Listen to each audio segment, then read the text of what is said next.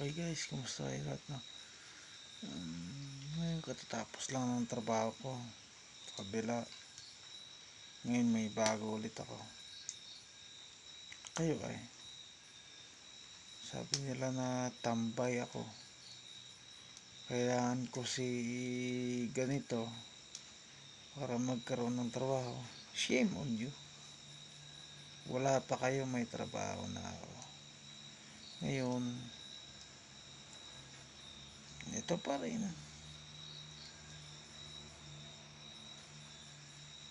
Hindi ko naman kailangan na ibang tao para magkatrabaho. Saka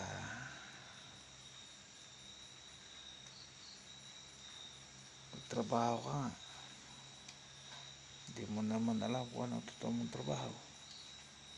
Labor ka ba? Plus installer, nakikita mo rin yan. Hayaan mo sila maghanap ng installer nila ng glass at nang malaman nila. Hayaan mo sila dyan. Ako, ayoko na.